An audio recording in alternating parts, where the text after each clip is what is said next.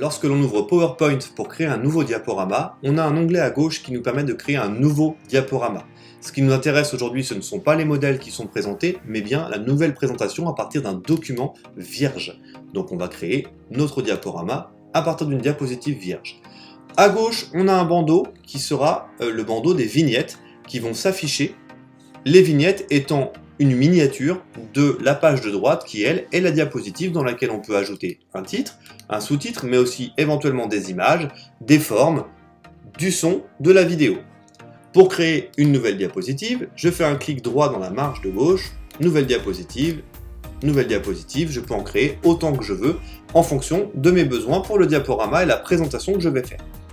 Ensuite, vous allez retrouver en haut le bandeau qui est lié à Office, que vous connaissez dans différents logiciels d'Office tels que Word ou Excel, avec un bandeau accueil dans lequel vous pouvez gérer tout ce qui correspond à la police, la taille de la police, le gras, l'italique, le souligné, la couleur, mais aussi ce qui concerne les formes et les images. Ensuite, on a un onglet Insertion, qui vous permettra d'insérer une image, un tableau, d'insérer un graphique, des formes, des word art, mais aussi de la vidéo ou du son. Un onglet Dessin, qui va plutôt concerner ceux qui travaillent sur tablette avec un stylet, puisque ça vous permet directement de dessiner avec le stylet sur une diapositive. Un onglet Création, dans lequel on retrouve les modèles présentés au départ. Un onglet Transition et un onglet Animation. Alors, petit aparté, la transition, c'est l'effet qui permet de passer d'une diapositive à une autre, c'est-à-dire comment on va passer d'une diapositive à une autre, avec quel effet.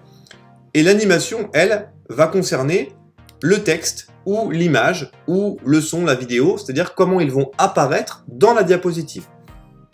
On a un onglet Diaporama. L'onglet Diaporama permet de lire le diaporama depuis le début ou depuis la diapositive qui est sélectionnée à gauche. Un onglet Révision qui va vous permettre de collaborer, de mettre un commentaire sur un diaporama que l'on a pu vous passer pour pouvoir faire des annotations et puis le corriger. Ensuite, on a un onglet Affichage que l'on utilisera dans une prochaine leçon sur les masques de diapositive pour savoir comment créer un masque de diapositive.